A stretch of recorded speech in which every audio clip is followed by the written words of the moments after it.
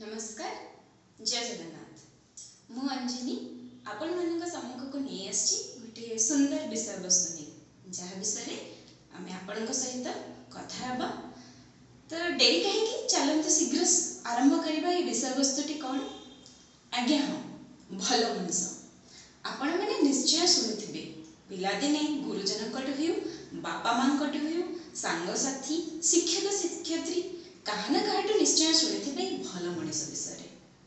मत मो माँ कहती जीवन में किसी कर कि न कर गोटे भल मनीष हुआ तुम्हें घास काट कि उड़ा जहाज उड़ गोटे भल मनीष हुआ।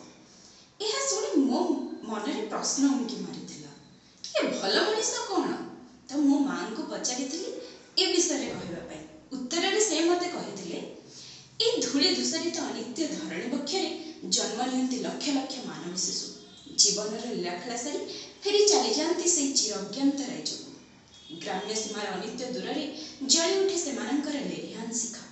तेरे अमर रहे किए देह तो अमर रहेनी अमर रहे से जश और कीर्ति। आज्ञा हाँ ये भल मनीष होती जो मैंने निजर जश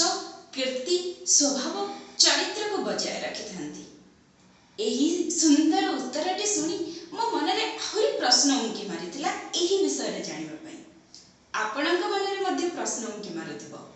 जदि किछि जानिबा पई चाहुचंती निश्चय कमेंट माध्यम रे जणाइबे कि आपण को विषय जानिबा पई चाहुचंती।